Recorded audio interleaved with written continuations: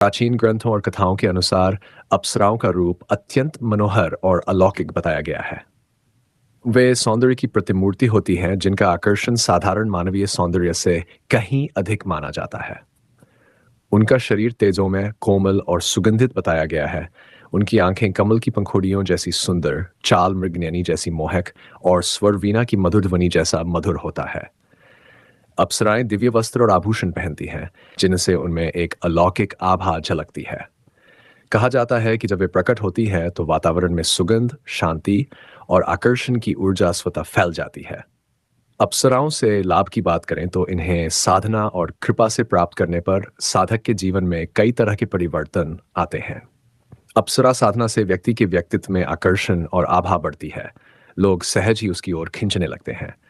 साधक को सौंदर्य, आत्मविश्वास और वाणी की मधुरता मिलती है, जिससे वह समाज में अलग पहचान बना पाता है। इसके अलावा ये माना जाता है कि अप्सरा कृपा से प्रेम जीवन में मधुरता आती है, विवाह में सामंजस्य बनता है और आर्थिक समृद्धि भी प्राप्त होती है। कला, संगीत और नृत्य जैसे क्षेत्रों में कार्य करने वालों के लिए अप्सराओं का आशीर्वाद विशेष लाभकारी माना गया है, क्योंकि वे स्वयं नृत्य और संगीत की अधिष्ठात्री मानी जाती हैं। उर्वशी सबसे प्रसिद्ध अप्सराओं में से एक है। उसका उल्लेख ऋग्वेद से लेकर महाभारत और नाटकों तक मिलता है। उर्वशी का सौंदर्य और आकर्षण इतना प्रखर बताया गया है कि देवताओं से लेकर मनुष्य तक उसकी ओर आकृष्ट हो जाते थे। कथा है कि उर्वशी का जन्म नारायण ऋषिकेप से हुआ था और वह इंद्र के दरबार की श्रेष्ठ नर्तकी बनी। नाट्य शास्त्र और संस्कृत साहित्य में उर्वशी को नृत्य, संगीत और प्रेम की प्रतिमूर्ति माना गया है। उसकी प्रसिद्ध कथा पुरुरवा राजा के साथ जुड़ी है, जहां दोनों का प्रेम अमर हो गया। उर्वशी केवल सौंदर्य की प्रतीक नहीं, बल्कि प्रेम, त्याग और स्त्री शक्ति का भी रूप मानी जाती है। इस प्रकार अप्सरा केवल पौराणिक पात्र नहीं है, बल्कि वे मानवीय इच्छाओं, आकर्षण और कला का दिव्य प्रतीक है।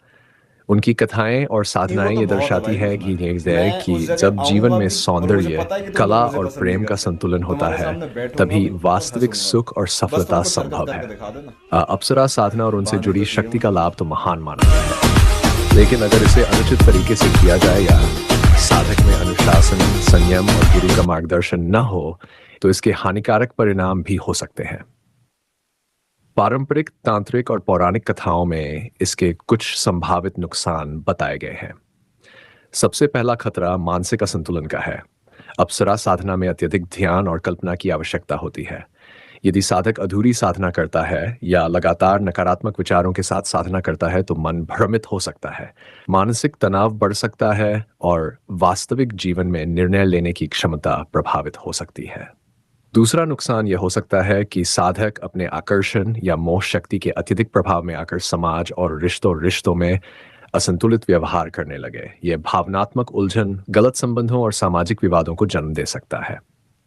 तीसरा खतरा यह है कि अप्सरा साधना अधूरी या गलत विधि से करने पर ऊर्जा का रिसाव से साधक के चारों ओर नकारात्मक ऊर्जा उत्पन्न हो सकती है, जिससे स्वास्थ्य, मनोबल और जीवन शैली पर प्रतिकूल प्रभाव पड़ सकता है।